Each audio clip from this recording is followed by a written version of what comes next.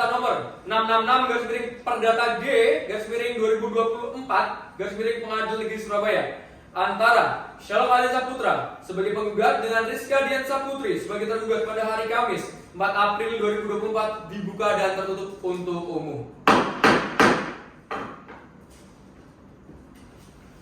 Saudara kuasa hukum tergugat, apakah saudara sudah siap dengan jawaban saudara? Kami sudah siap dengan jawaban gugatan kami, Yang Mulia. Baik, saudara kuasa hukum tergugat silakan dibacakan jawaban gugatannya.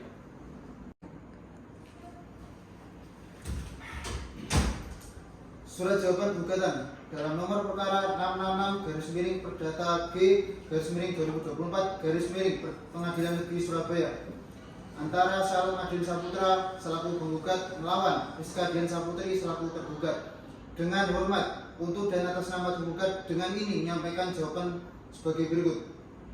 Dalam pokok perkara nomor 1, bahwa benar apa yang dikatakan penggugat, mereka menikah pada tanggal 4 Maret 2018 dan telah dikaruniai seorang anak yang bernama Kausaka Reina yang lahir pada 24 September tahun 2019. Nomor 2, tidak benar bahwa pada awal perkawinan mereka tinggal di apartemen Puncak Dharma Husada milik penggugat. Lalu pada bulan Desember tahun 2018 mereka tinggal dengan orang tua penggugat sampai bulan Agustus tahun 2021. Selanjutnya tinggal kembali di apartemen milik penggugat di apartemen Puncak Dharma Husada sampai November tahun 2021. Selanjutnya mereka bertempat tinggal di rumah Mulyasari Prima Utara 6, MT 26B garis miring 57 Mulyorejo Surabaya.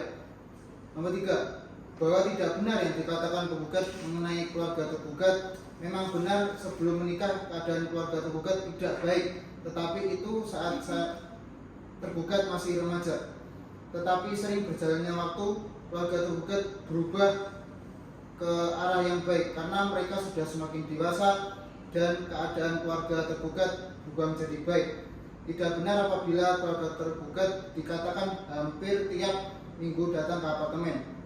Pada awalnya penggugat yang mengundang keluarga tergugat untuk datang berenang di apartemen dan itu hanya dari siang sampai sore sekitar pukul 1 siang hingga pukul 5 sore.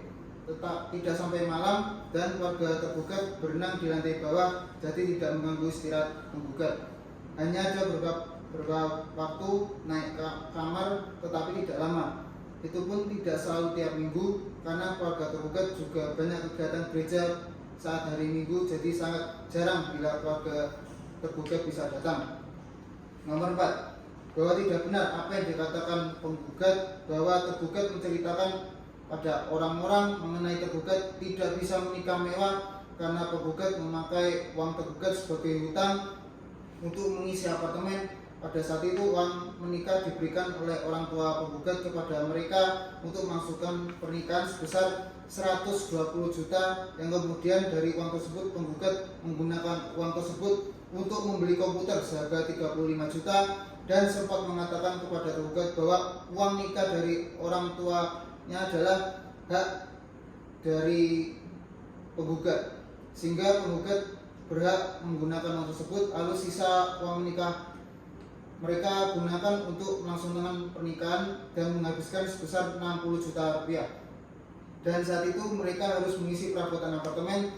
Jadi mereka memang menggunakan uang sisa pernikahan dan dari sumbangan untuk mengisi apartemen dan kekurangan memang memakai uang tergugat.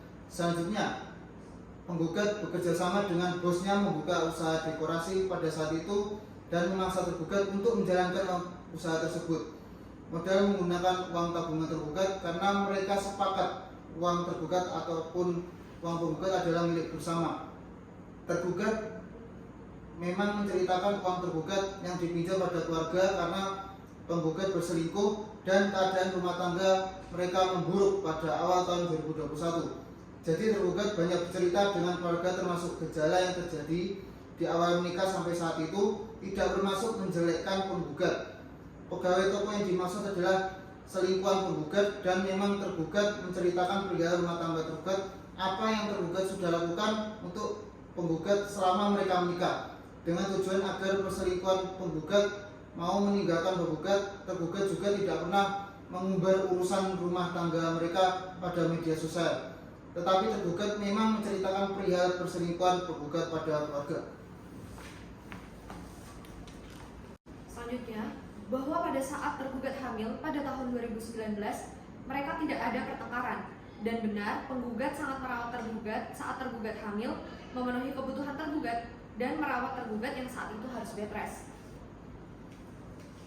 Mereka sangat bahagia akan memiliki seorang anak karena sebelumnya tergugat divonis tidak bisa memiliki anak. Sehingga ketika tergugat hamil dan memiliki seorang anak perempuan sesuai yang diinginkan oleh suami tergugat, mereka sangat bahagia. Bahkan tidak ada pertikaian pada saat itu. Jadi persoalan apa yang dimaksud penggugat yang tergugat pasang di media sosial? Karena sangat tidak benar yang disampaikan oleh penggugat. Bahwa benar, suami tergugat sangat mencukupi kebutuhan mereka. Tergugat cukup dekat dengan orang tua penggugat, khususnya ibu penggugat. Tergugat banyak menceritakan keluh kesah tergugat pada orang tua penggugat. Terkadang apabila ada barang yang diinginkan oleh anak tergugat dan tergugat tidak memberikan hal tersebut, seringkali mertua bertanya alasan tergugat dan tergugat menjawabnya uang tergugat tidak ada karena sedang banyak pengeluaran. Dan dari hal tersebut, mertua tergugat jadi berpikir suami tergugat pelit.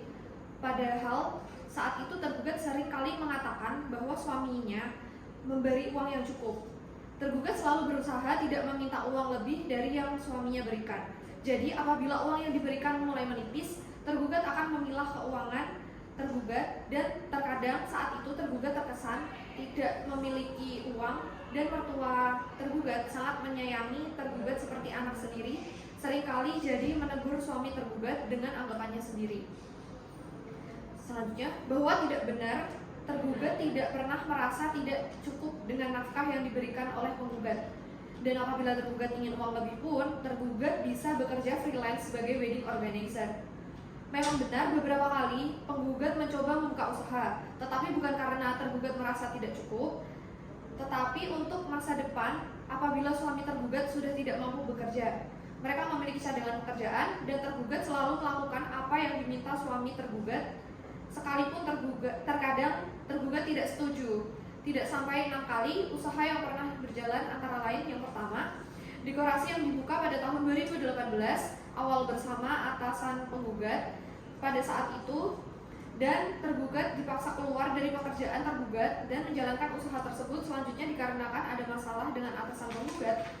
Mereka memutuskan menjalankan usaha tersebut tanpa kerjasama dan dengan atasan penggugat, dan berlanjut dengan usaha hampers dan bagi pertunangan. Modal usaha tersebut dari meminjam tabungan tergugat dan sebagian dapat bantuan dari orang tua penggugat, khususnya ayah penggugat. Usaha tersebut terhenti karena mereka berencana berangkat ke Timika, dikarenakan orang tua penggugat akan membuka toko dan meminta penggugat untuk mengelola toko tersebut. Yang kedua, usaha keripik yang dibuka pada tahun 2022 hingga 2023. Usaha ini dirintis oleh penggugat bersama temannya dan meminta tergugat menjalankannya. Modal yang mereka dapatkan dari bantuan orang tua penggugat, khususnya ayah penggugat, dan sebagian uang dari penggugat. Terhenti karena penggugat yang menghentikan usaha tersebut. Yang kedua, usaha keripik yang dibuka pada tahun 2022 hingga 2023. Usaha ini dirintis oleh penggugat bersama temannya dan meminta tergugat menjalankannya. Modal yang mereka dapatkan dari bantuan orang tua penggugat, khususnya ayah penggugat, dan sebagian uang dari penggugat. Terhenti karena penggugat yang menghentikan usaha tersebut karena mulai menurunnya penjualan. Selanjutnya, Fan nggak usah ini, kamu nggak usah ngomong ke aku.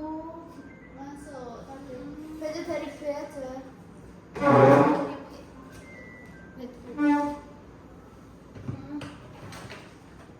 tetap masuk suaranya.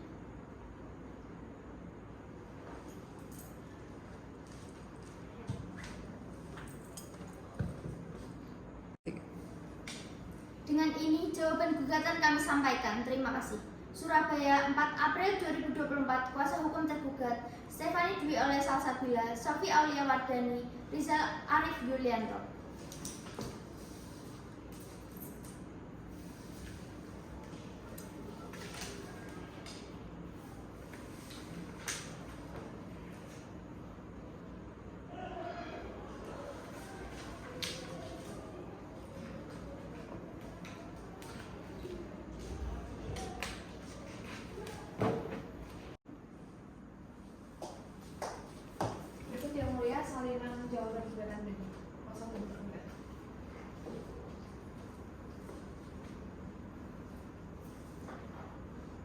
Baik, silakan diberikan statementnya ke kuasa hukum.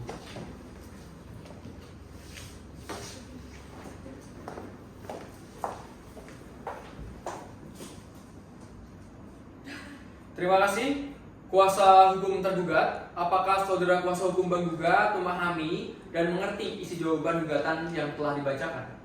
Kami memahami dan mengerti isi dari jawaban gugatan tersebut, Yang Mulia. Apakah saudara akan mengajukan replik? Ya, Yang Mulia, kami akan mengajukan replik. Berapa lama waktu yang saudara perlukan? Kami memerlukan waktu 14 hari, Yang Mulia. Bagaimana suara saudara kuasa hukum tergugat? Apakah saudara keberatan? Tidak, Yang Mulia. Panitera, 14 hari dari sekarang jatuh pada tanggal berapa? Pada hari Kamis pada tanggal 18 April 2024, Majelis. Baik, untuk memberikan kesempatan kuasa hukum penggugat menyiapkan replik, sidang akan ditunda selama 14 hari, yaitu pada tanggal 18 April 2024. Kepada para pihak diperintahkan untuk hadir tanpa surat undangan. Dapat mengerti? Bisa, Yang Mulia. Yang Mulia. Baik, sidang hari ini saya tunda. Ya, cukup.